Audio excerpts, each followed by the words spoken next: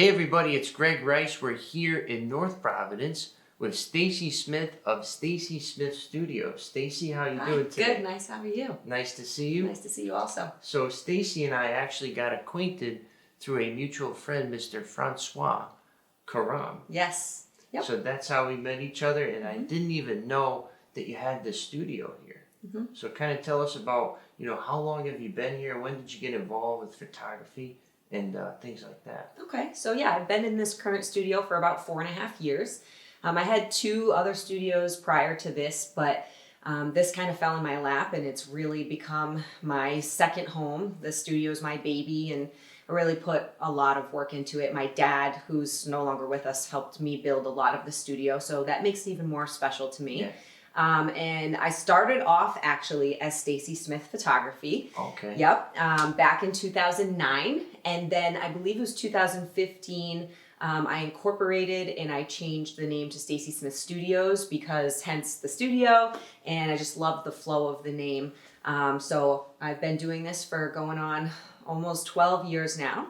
And I got involved with photography in my early 20s. I did some modeling, nothing serious, but I was really interested in how the results were obtained and why, the person was doing what they were doing with the camera. And that's actually my very good friend, George Caprillion, who is a native Rhode Islander from Providence. He's one of my closest friends, and he said, well, let's go take a look at cameras. And he took me to go look at cameras and, kind of got me into it. And then I've done a lot of traveling. I've traveled all over the world. I've been very fortunate to see a lot of things. And so I really started getting into it first by travel and taking pictures of landscapes and stuff like that, and then moving forward into people. So what's your specialty? My specialty is boudoir photography. Which is? So yeah, a lot of people don't know what that is. I had no idea too when you told me. So the word boudoir is a French word, and it basically stands for a women's dressing room where she would put her lingerie on or her undergarments on. And so boudoir photography is really intimate and sensual photographs of women. And the reason why I've gotten into that is because it's so empowering for females. Yes. Yeah, it's my favorite thing to do. It's what I have the studio all set up for. And it really is a great confidence booster. It's an awesome thing to do for different milestones in your life, like your 30th birthday, your 40th birthday, your 50th birthday. If you've overcome some kind of a great obstacle in your life, like surviving breast cancer or a domestic abusive relationship or something like that. And a lot of women also do it as like a gift for their significant other, whether it's birthday, wedding, anniversary. And so I do shoot weddings also. So a lot of my brides will come in and do the boudoir shoot as a gift for their husband to be and give him like a nice leather album. Yes. Yeah. And have the men have done boudoir? Have you done any of those? I have had 1 or 2 boudoirs, yes. But it's definitely not in demand like the boudoir is, yeah. And the boudoir is really growing as just so our females in the world, right? In our presence, in our power. And I think women are becoming less and less afraid to step out of their comfort zone and to do something like this. And so it's been a really great thing for me to be a part of. Yeah. Awesome. Yep. And how about, where'd you grow up? Were you born here in Rhode Island or out of state? No, actually, I'm from this little town called Thompson, Connecticut. It's not too far from here. It's right in the tri-state corner where Mass, Connecticut, and Rhode Island all meet. So it's about 40 minutes from this studio, which is nice because I go home often. My whole family lives in that area. Thompson Speedway? Yeah, Thompson Speedway. Yeah. Yes, that's what we've got over there. That's it, right? Yep. So I went to I was born there, and when I graduated, I went to URI. Okay. Yeah, so I have a degree in English literature and a minor in business, and so that's how I ended up in Rhode Island. I've always had like a very entrepreneurial mindset. I like running my day-to-day operations. It's not for everybody because you really need to know how to structure yourself. But I love the freedom of it. And if you can get good at that, you can have such an amazing life because you can basically do whatever you want whenever you want, but still have the discipline and the structure enough to be able to make the money that you need and grow your business the way you need to grow it so that you can pay your bills and advance in life and all that sort of thing. So when was the last time you worked for somebody? You had a boss that you reported to? I worked at a place on Federal Hill called Tammany Hall, and it was one of the best times of my entire life. Tammany is a little Irish pub, and that place really made my life because my whole core group of kind of friends and people in my life are derivative of that place. Okay. I met them all there, and it's just where I made so many of my connections and networking. So I worked there for 9 years. During college or after? After college, Gotcha. Yep. During college, I delivered pizza for 4 years. Wow. Yep. Before Uber Eats and all that? And before navigation. Wow. We used to use a map. Pull a map I out. had a map, yep. And I know all of South Kingstown and that whole surrounding area. Gotcha. But I worked at Tammany from 2006 to the beginning of 2006 to like mid 2014, so 8.5 years. Wow. And that was where like I said, I made all my connections and made all my friends. And the last 2 years that I worked there, I believe I only worked one shift because I was just kind of holding on. And so, that was when I worked for somebody else, but the two gentlemen who own that bar, and the bar is still there. Yep. But Tim and Mike are my very good friends. I photographed both of their weddings. And, they were my bosses and I respected them, but they respected us also. And we had such an amazing relationship. It never really felt like I was under somebody's thumb. Exactly. Right. Yes. Yeah. It was a really great place. So, Interesting. yeah. Mm-hmm. So, of 9 years in a bar, what did you learn as what is the best thing that comes out of a bar? Whether it's networking or friendships, or there's a lot of negatives for sure, but what's a positive that comes out of people that frequent a bar?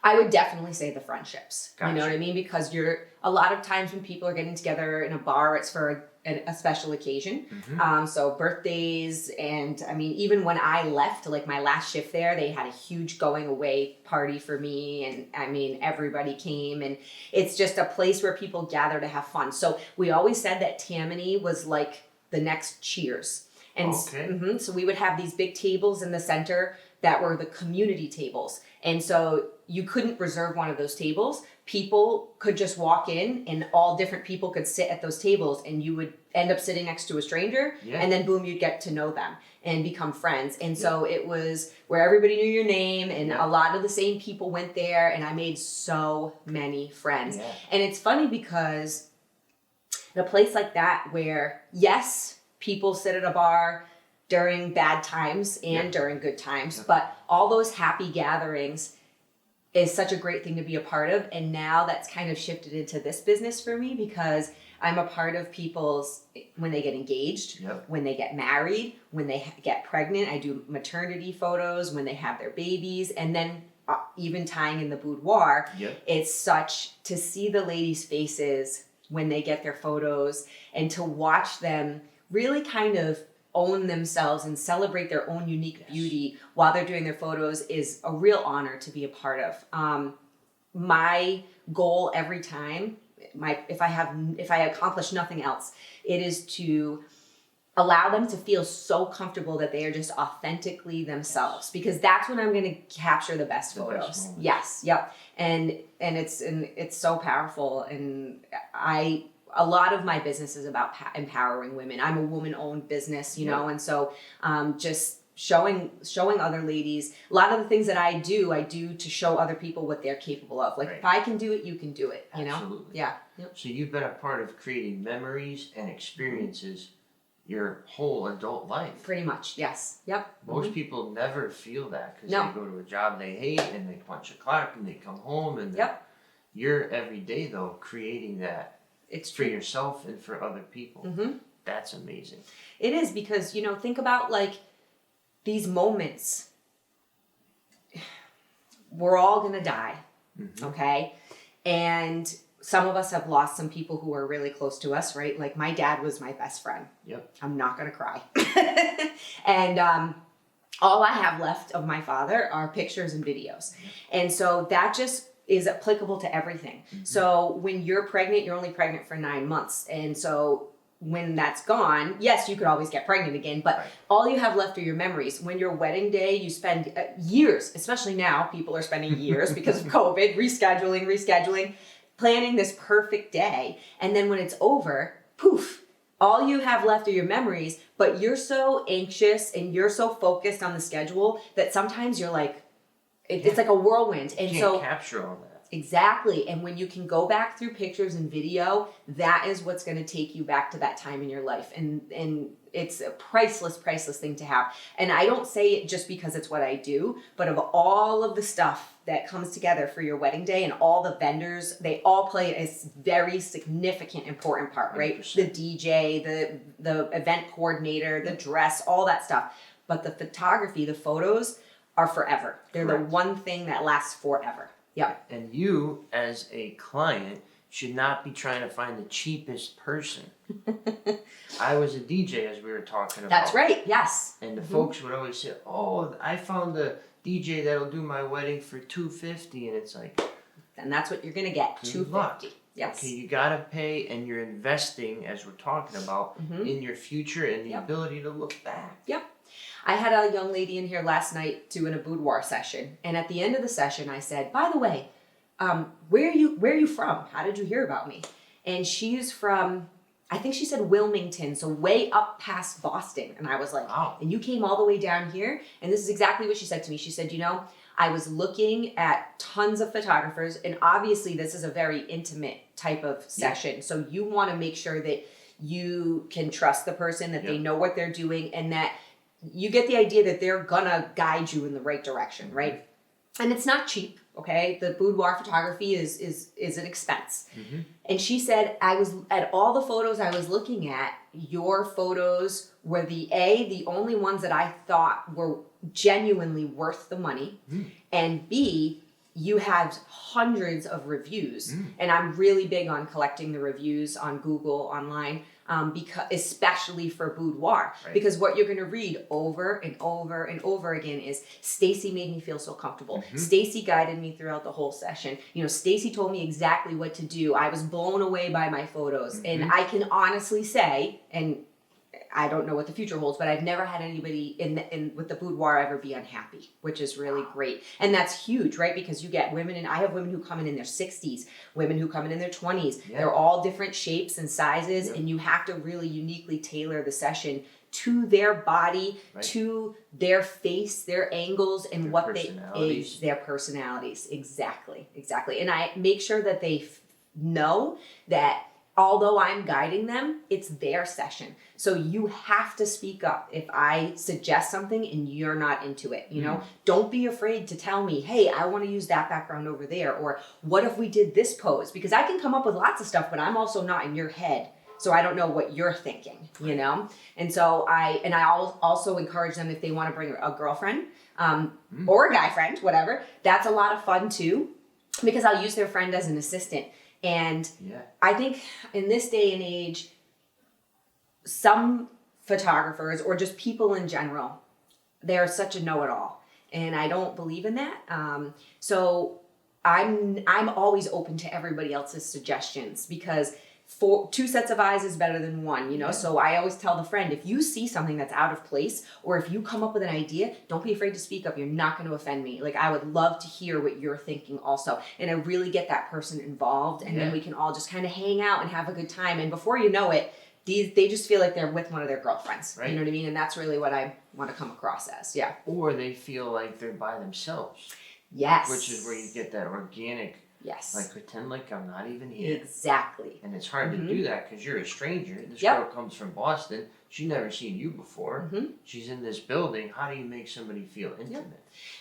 I woke up to a text from her this morning just saying, thank you. I had such a great time last night. And that was really awesome. And she had contacted me last minute. She wanted the photos for Valentine's Day. And I was like, come in this day, this time we'll get it done, and so we can rush stuff and turn things around really quickly. But going back to what you were saying about, like, you get what you pay for. So I believe that when it comes to everything, even as a consumer, most things I'm not going to go for the cheapest. You know what I mean? You're going to want quality. And especially when it comes to the moments that you can't do over, like the weddings. And I would definitely say probably like newborn and maternity also. You kind of get one shot at those things. The wedding's definitely only one. Right. And I can't tell you, and it really does break my heart. I don't snicker and think it's funny, because it's not funny. When somebody hires somebody and they don't get what they were promised, what they paid for, or they went the cheap route, because everybody has a budget, and I get that, you know? But to be disappointed in what you're getting in return for that one day is really awful, because you have to live with those photos for the rest of your life. And so many people have said to me, gee, I wish I knew you when I was getting married. You know, a lot of what I do is educational in all aspects of my business. And I think a lot of people don't take the time to educate their clients about what are all the things that they can do to make the experience better. Because I tell everybody there's a team that's going to work together to give you the best results, and the team is me and you, not just me. Right. But it's my responsibility to tell them, here are all the steps that you can take. Here are all the things that you can do to contribute to that final result. And when I tell people that who have already been married, they're like, I wish my photographer didn't tell me any of these things. And some photographers are amazing at educating. I'm not saying, you know, nobody else is good at it, but I think it's missing. People don't necessarily take the time. But that's why my price point is set where it's set, because I know that I'm not just giving you pictures, I'm offering you an experience. And the whole experience from the beginning to the end is what I want people to talk about in their reviews, and what I want them to walk away from and tell others about. Like Stacy was, I mean, every time I had a question, I knew I could ask Stacy. You know, and I tell my brides that, save my number in your phone, because I've seen it all. I've photographed hundreds of weddings, and I will always give you my honest opinion on whatever it is you're unsure about. It could have nothing to do with photography, you know, but what I could plan all the weddings, you know, because I've seen it done so many different ways. Yeah. So the folks at home, they love stories. They love hearing things about your job. Tell us the most, you know, good, bad, indifferent story that comes to your mind from a wedding. Oh, you're man. Like, wow, I can't believe I just witnessed this or saw that, or you know, something like that. Some of the best, in my opinion, have been watching people like break out into surprise dances that they've done with their significant other, or their father or their mother, which is really cool. I have witnessed some people doing some amazing surprises, like writing songs and singing songs and playing instruments. And nobody knew that they were going to do that, you know? Gotcha. I've shot hundreds and hundreds of weddings, so I'm like really trying to think of something in particular. We've had some really amazing obstacles that we've had to overcome, where like we always bring a change of clothes to every wedding that we shoot, because I'm kind of known for doing crazy things. So like going in the lake to get the angle that I want, and just everybody being like, what are you doing? They're just clothes. I'll just change it to my other set of clothes. Or doing some really cool stuff with sparklers or smoke bombs. We're always climbing trees. Like I'll lay in the mud if I have to get the shot that I want, and then I can always just go change my clothes later. And so it's something I always say is anything for the shot, because if you can create something that's going to just blow people's minds that, you know, they've never seen before, they never thought they could have this kind of an image, then whatever it takes to do that, I'm always going to do. Wow. Yeah. Yep. Incredible. Yeah. Going So we've had lake? at Lake Pearl in Rentham, Mass. Actually, my partner Sean Brady, who's amazing, he's like my lead shooter, so he shoots most of the weddings with me. We do have a team, so we have the ability to do 2 weddings in one day, where he'll lead one and I'll lead the other. But for the most part, it's usually he and I, unless he can't be there, and I'll have one of my other shooters come in. But Sean's massive; he's like 6'6", and he's a big dude, and he'll just put me on his shoulders and we'll go into the lake to get the angle that we want with all the bridal party on the dock over there. Yeah. Wow. Yep. That's commitment. Yeah, it's commitment. Yep. We usually get a good round of Yeah. applause from everybody. So Hopefully a review too. Yes. And we have so much fun. Like I think I capture a lot of unique shots because I'm so involved. So one thing I'll always tell my couples is the only time you'll ever see us sitting is during dinner. Because first of all, we're going to eat too. Second of all, nobody wants their picture taken while they're eating, you know? Right. And then the rest of the time, like I'm involved. I'm usually dancing on the dance floor because when we're getting down with people, it's less intimidating with the camera, you know, and they just feel like they can be themselves. Yeah.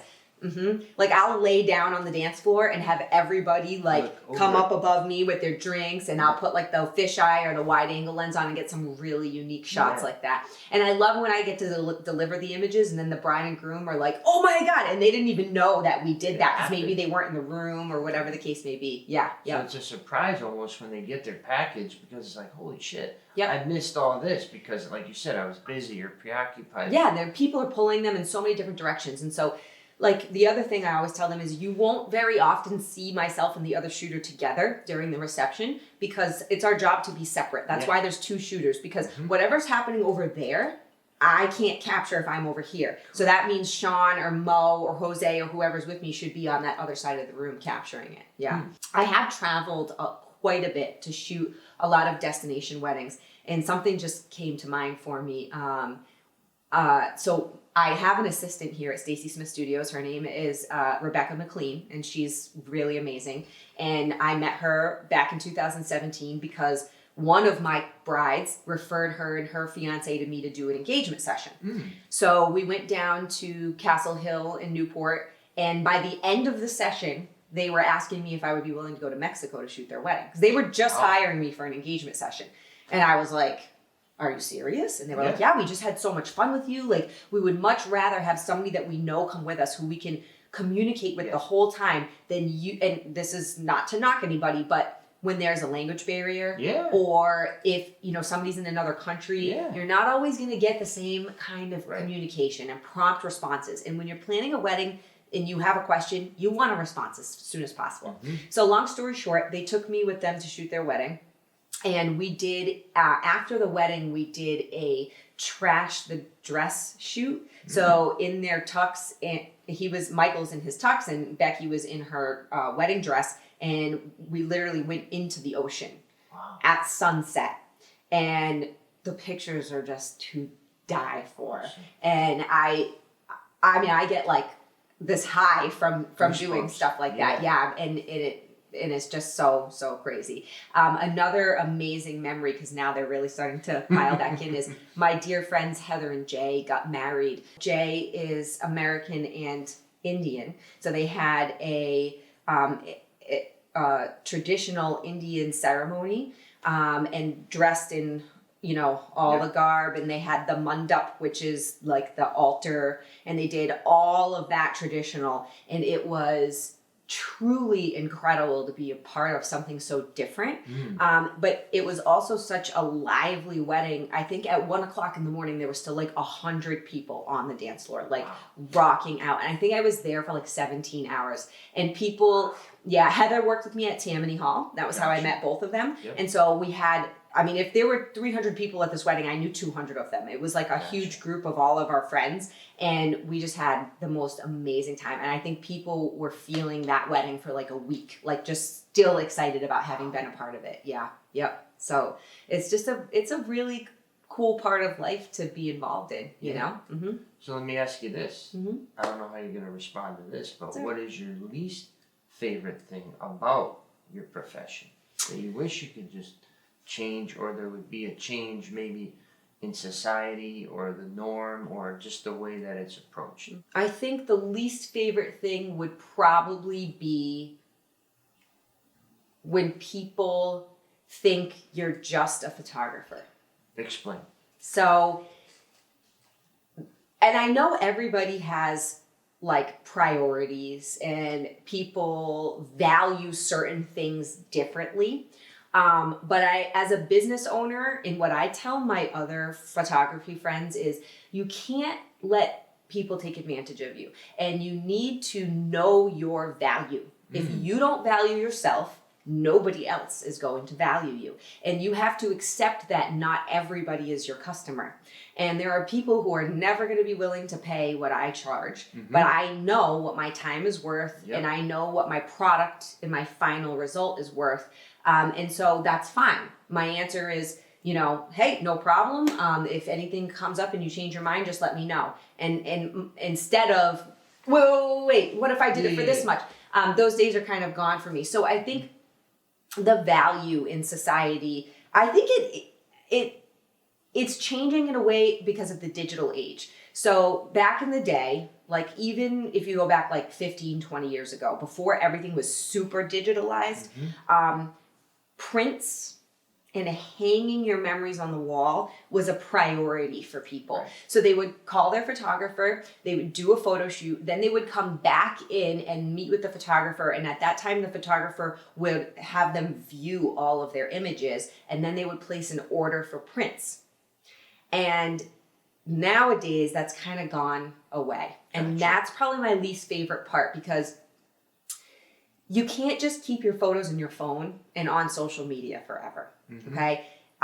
You should be filling the walls in your home with your images. And nowadays you can put a photo on anything, on a coffee mug, on an apron, on a blanket, whatever it is. They make amazing, amazing gifts. And I think that people need to start thinking less about materialistic things and more about how they can incorporate memories into gifts, right? So you have all these beautiful images and you never did anything with them, you know? Yeah, so they're on Facebook. Great. Right. Okay, what about your grandmother? She's probably not on Facebook, you know? What about giving her a nice framed print, or, you know, giving your aunt a blanket with the photos on it? Something like that. I feel like that's really died the last 5 to 10 years. And so, you know, just like anything, you have to change with society so that you can survive.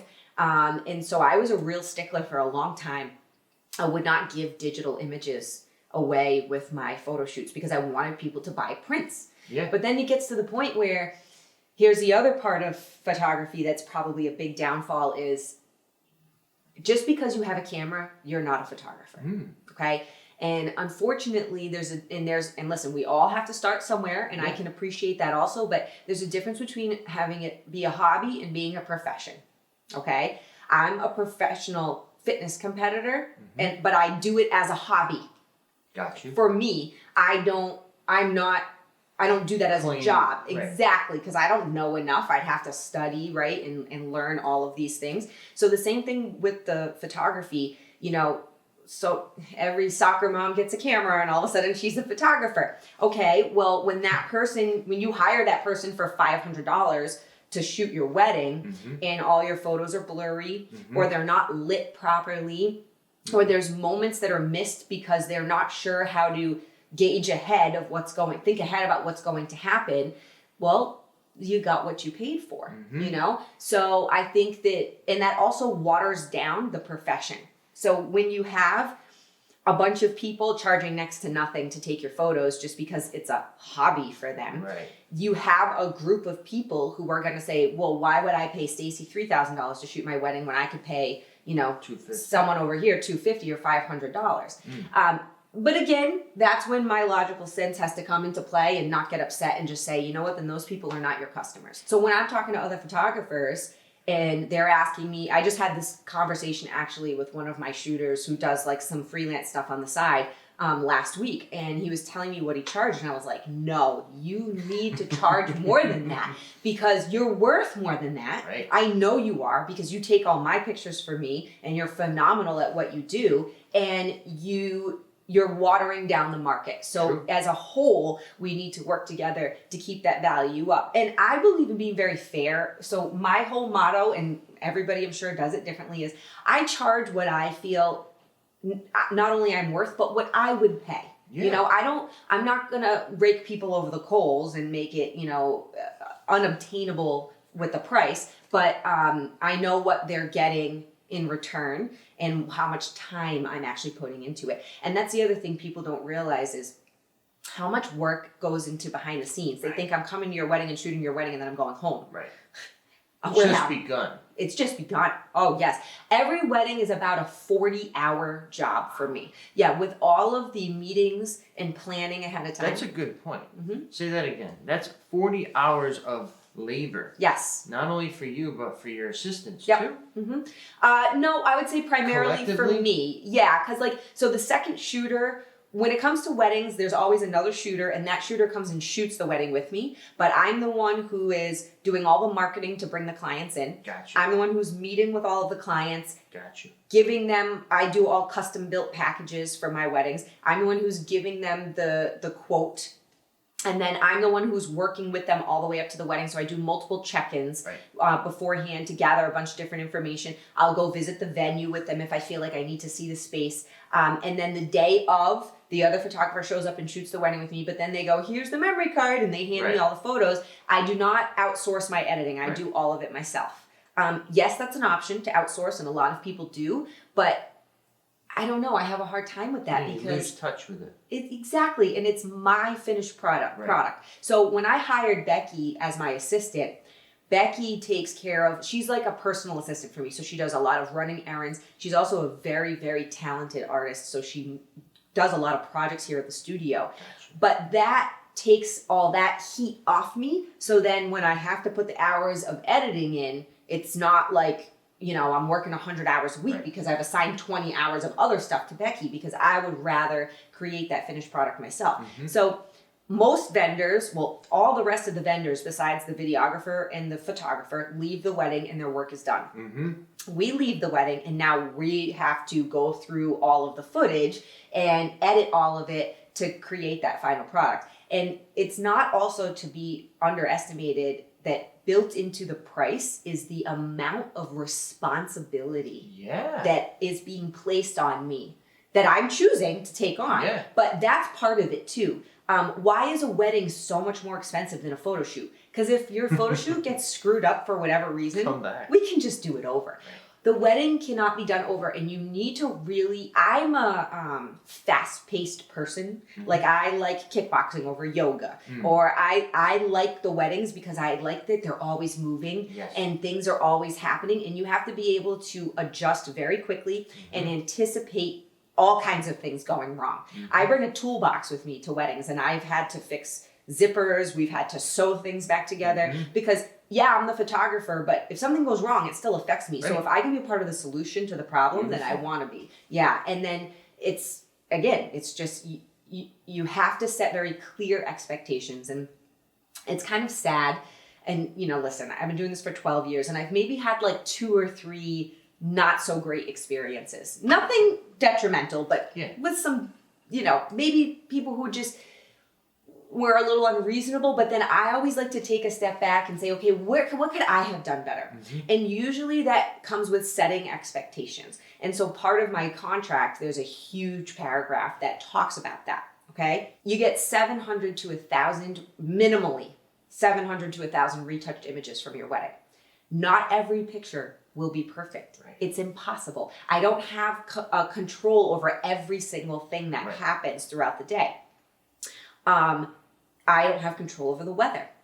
If you don't like the wallpaper or the carpet, and I always tell people I cannot make the Elks Tavern look like the Newport Mansion, okay? So if you don't like things about the place where you're getting married, then you either have to accept them or don't get married there, because it's not Stacy's responsibility to Photoshop in a new carpet, okay? And, if you're not feeling tip-top, if you're not feeling happy about yourself, no offense, it's not Stacy's responsibility to make you look skinny. It's not, my responsibility is to capture all your memories and to do it to the best of my ability. And then another part of it is that education and that setting of expectations where I say, okay, for each part of the day, here are all of the things that you can do to make your photos come out better. Here's how you should walk down the aisle. Here's how you should do your first dance. Here's where you should put your arms. Here's how you should do your introductions. Here's how you should cut the cake and feed the cake. Because I I don't want you to overthink it, you know? Like when during the ceremony, you're going for the kiss. I just want you to go for it. But in the back of your head, I want you to be like, that's right, Stacy said blah, blah, blah. Because in the end, you don't want to be like, I should have, could have, would have, I wish I would have done this different. You want to be able to be guided throughout all of it because it's all going to be photographed. And in the end, you're going to have one thing left to look at, to remember all those moments, and those are the pictures. And so if I can help you make decisions that will contribute to better results, that's my job, because I can't just stop you while you're walking down the aisle and be like, wait, do it this way. Yeah, do over, start over again, lift up your chin, bring your arms down. You want to tell the ladies that ahead of time, you know, and just hope that they retain the information and that they listen. But even if they don't, you know you did your part, you know, and that's really, really important. And I think more photographers need to do that, honestly, is just educate and educate and educate and give suggestions. All the advice that I give you, it's up to you to take it, but it's all just for your benefit. It's really, in the end, not for mine. I mean, yes, it's going to help me in some ways by making you happier, but, you know, if you choose not to do something, then that's on you. Yeah. True. So tell us a little bit about your weightlifting, your hobby, as you call it. How did you get involved with that? So I got involved with that through this awesome spot in Rhode Island called Body Rock. If any of you guys don't know about Body Rock, it's definitely... That's in Lincoln, right? It used to be in Lincoln, and then they moved into a brand new facility in Cumberland, actually. Okay. I think they've been in Cumberland for like 2 years now. So I have always kind of been into fitness. You know, you get into it, you get out of it, right? We all do. So I had made a decision about 4.5 years ago. I am going to get back into being fit. But I hated cardio, as most of us don't like it. So a couple of my girlfriends said, hey, why don't you come to Body Rock with me? We do group classes there, and you really get a lot of cardio in. And I said, okay, you know, that might make it more fun. So I started going to the Body Rock in Lincoln. And when I was in my this was back in 2017. And in my early 20s, which is like 10 years before that, hint, hint, I was very physically fit. I went to the gym every single day, did my cardio every day. And I always said, I'm going to do a competition. But then I moved to Federal Hill in Providence, and I got the job at Tammany, and my life just changed, and I kind of fell out of it a little bit, and I never ended up doing a competition. So I walked into Body Rock, and they had a poster on the wall, and the poster was about prepping for a competition, because that's part of what they do. They prep men and women to compete with the WBFF, which is World Beauty, Fitness, and Fashion. So it's like a Victoria's Secret show on fitness almost. Gotcha. So it's very fashionable. It's got a good sex appeal to it, which I like, because it's not just posing. It's a lot of like stage presence and all of that. And so I'm the kind of person that when I make a decision or I see something that I want, that's it. It's happening. Yeah. Okay. So I took a couple classes there, and I kept looking at the poster, and I was like, you know what? I'm going to do this. And so I made an appointment with the owner, Nicole Costa. And Nicole, if you guys don't know her, she's amazing, beautiful, gorgeous inside and out. She has graced the cover of like 7 different fitness magazines. She's been a bikini pro with the WBFF for going on, I think, almost 20 years now, since she was like 18 or 19 years old, and she's my age. Yeah. Just a really, I don't have a lot of people that I look up to that I know in person as role models, and she's definitely one of them. Wow. And we just hit it off. And so ironically, when I came to her, she had already started prepping a group of people. And she's like, well, if you want to do the show, you got to jump in like today. And I was like, okay, let's do it. I was like, I don't even want to think about it. And so I just did it. So I came into the prep a week or 2 late. But when I do something, I do it 100%. I am like, I don't half-ass anything that I do. Sometimes it's a problem because everything's got to be big. I'm like my dad. It's just, that's for you, Dad. Yeah, because everything's always go big or go home. And so I did my first show. It was on my birthday in 2017. So I said, okay, this is going to be my gift to myself. Wow. And so I have amazing friends and a great family. And every year, my friends always take me out for my birthday. So I said to everybody, I can't go out this year because I can't eat or drink anything. Wow. But all I want is for all of you to come to my show. And the show was actually right up the street from here at Rick. Okay. And I had 45 or 46 people come. And I was really nervous. But I was confident at the same time, but I'd never done anything like that before. So I competed in the bikini division and the fitness division. So the fitness division is just a little bit more muscular. Yeah. And I won the whole division. I won the fitness division and I got my pro card at my very first show. Yeah. Nice job. And everybody was there. My father was there. He was a big supporter of my competing. And it was honestly to this day one of the greatest days of my life. Yeah. So then of course I was addicted to it after that. Yep. And I just completed my 4th show in Miami this past fall. And it's just been getting better and better. And the greatest part actually about it is, so I used to do massage therapy full time. Mm-hmm. And I did that when I was working at Tammany. And it was very short-lived because one day I was leaving and I got T-boned right on Federal Hill and pushed into a building. And I blew out a disc in my back. Mm. And I was so weak, I could be in the shower and turn to reach for the shampoo and throw my back out. I couldn't even lift up a case of water. I was not doing well. And that was ultimately what really took me my hobby of photography. Yeah. And I said, okay, I need to turn this into something bigger because I can't do 40 deep tissue massages a week anymore. My back just can't take it. Right. And so when I started getting back into fitness, that was a big reason why I wanted to start getting fit again, was because it's such pain all the time. And it's a cycle. And for everybody who's watching this is a good lesson for you. I'm in pain, so I can't work out. Mm-hmm. I'm not working out, so therefore I'm in pain. Right. And they go hand in hand. So the biggest suggestion I can make is to, get a personal trainer or get somebody that can educate you when you're in pain. You got to find ways to work around that pain and do exercises that you can do so that you can gain strength. So I could not do a sit-up to save my life, and I mean that because my back hurt so bad. So I started planking every day to try to build up my core strength. And I'm so strong now, my back doesn't hurt me anymore, and I've just really worked on developing all of those surrounding muscles so that I don't have to live in pain. When I was shooting weddings 5 years ago, before I started competing and taking fitness seriously, I used to sit down during cocktail hour and cry. My back would hurt so bad. And I'd have like orthopedic shoes on, and I'd ice my back, I wear a back brace, I mean, you name it, and I was always in so much pain. At 30, 31, 32 years old, that's really discouraging. Yeah. And so taking that seriously has also helped me get out of that, kind of funk that I was in. And that is improved in every area of my life. Because it doesn't matter what you're doing every day, whether you love it or you hate it. If you're in pain the whole time, it's not going to make it very much fun, Well, I love that you didn't rely on medicine. No. Because nowadays, everybody's answer is, just take this pill. Mm-hmm. And I don't agree with that. Nope. Unless it's the last fucking thing you have to do. Yep.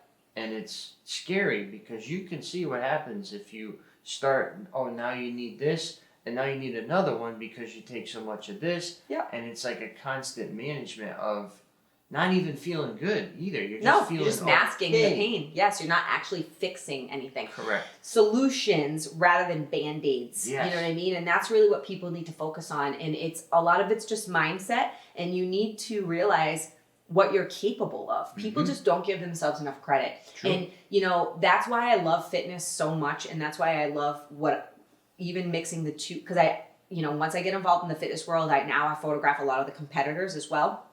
But even with the Boudoir, like I hear these girls they'll doubt themselves. I can't do that. You know what I mean? I'm too fat, or I'm too old, or whatever it is. And then here comes Stace with the pep talk, You can do it. That's bullshit. Yeah. And that's just some bullshit that you are telling yourself. Right. Because if you told yourself, I can do this, I'm 60, I'll rock this shoot, then you would do it. Yep. So it's all about your mindset, and everything in life is about mindset. And my best friend Melissa and I say this all the time: the way you do one thing is the way you do everything. And so I really apply that to my whole life. Everything that I do, I give it 100%, or guess what? I ain't doing I ain't doing it. Or I'll wait and I'll do it when I can give it 100%. I launched a couple of new things at the beginning of this year.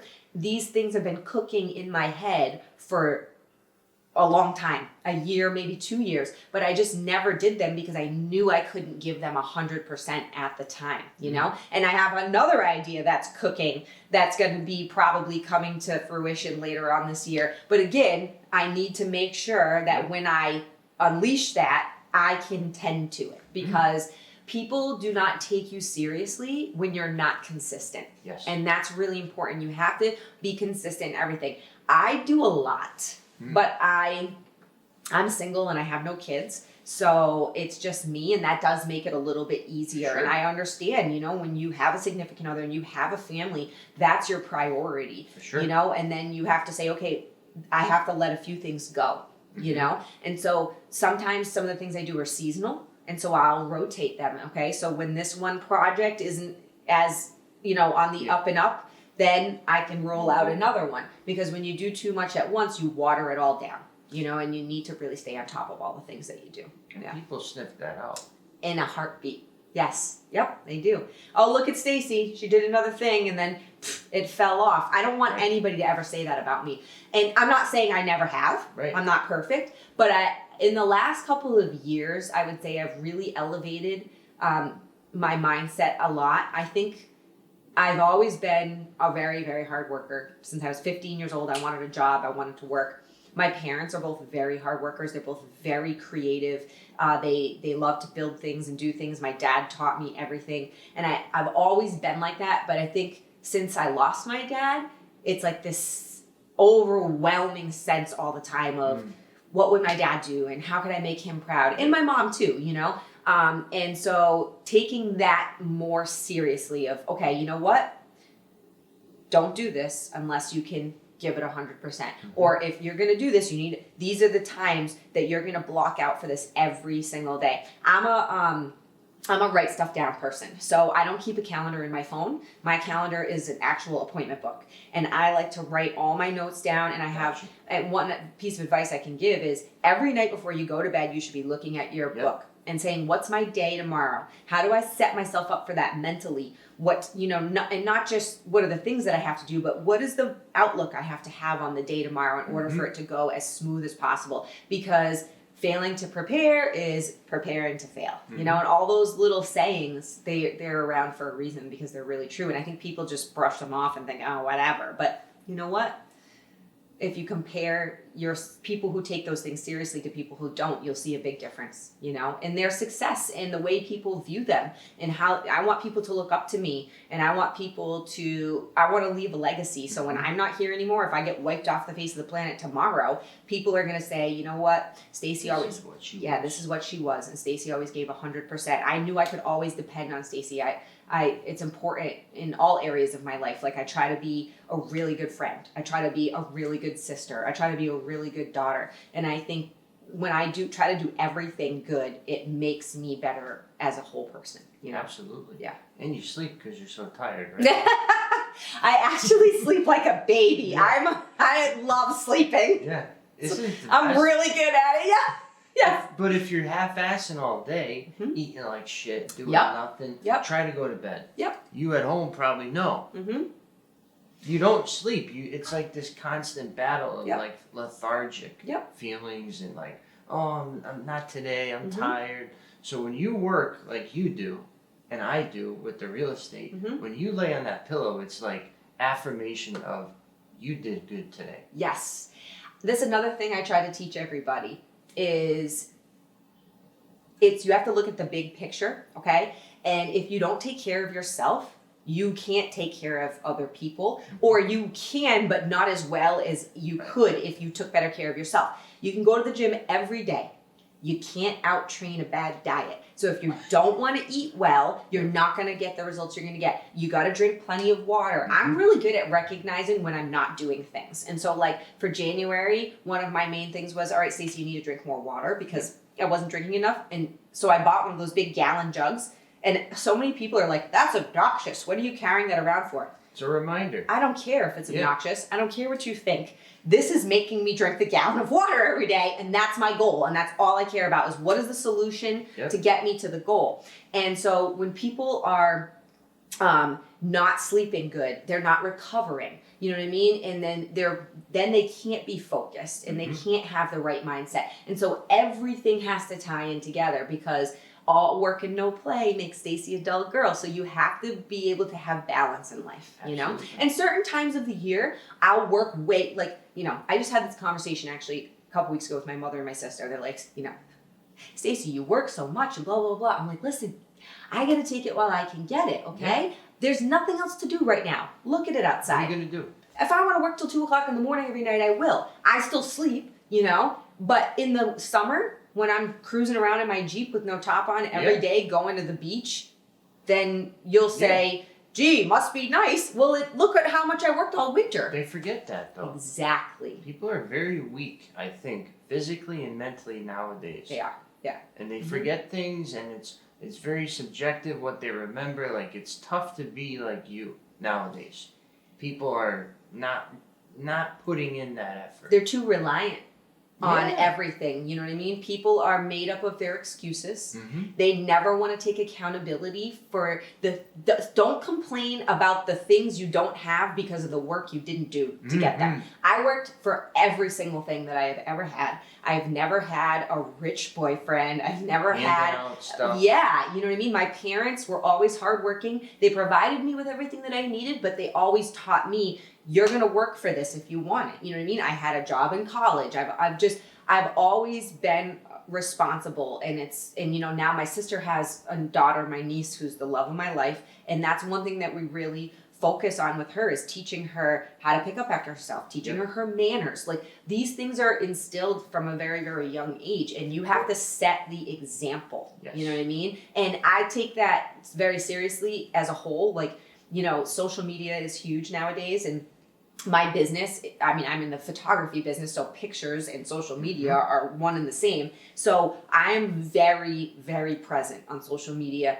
both for my personal side and the fitness and also the photography. And it's all about being consistent and showing people, like, if I can do this, you can do this too, and setting that example. The people who think I'm doing it to show off are the people who just aren't in the right mindset. Correct. Like, I don't take that the wrong way. I feel bad for them, actually. Minor Exactly, because then you've got hundreds of other people who are reaching out to me saying, Stacy, you inspired me to do this today. I made this because of you. And sometimes I'm like, what? And I'm brought to tears sometimes. I'm like, I barely even know this person, but they've been watching me, and they are saying, if she can do this, then I can do this. And that's really, really amazing. Like, that's the best money. That's the wealth. That's the best wealth I could ever have, is being able to change people's lives and inspire them to be better, just because I continuously did that and set the right example. Beautiful. Yeah. And if the folks at home want to get in touch with you, how do they do so? So there's a couple of ways you can find me. So on Facebook and Instagram, I am Stacy Smith Studios, and that's Stacy with no E, Stacy. Also, you can find me on my website, stacysmithstudios.com. Do a quick Google search, and all of my contact information will be right up there. And obviously tons of reviews and stuff that people can read about me and everything that I have to offer before they reach out. So. Beautiful. Awesome. Thank you so much. Great job. I appreciate it. If you have any questions for me, throw them in the comment section below. I'll get right back to you. Once again, Greg Rice, we're here in North Provolone. North Provolone. I love provolone cheese. My favorite cheese. Yes. My dad said, oh, provolone's nasty. It doesn't taste like anything, but it's gooey. It's like, No, it's so good. It's the best. It's my favorite. So, again, North Provolone, Rhode Island. Greg from Nexus, your property managed.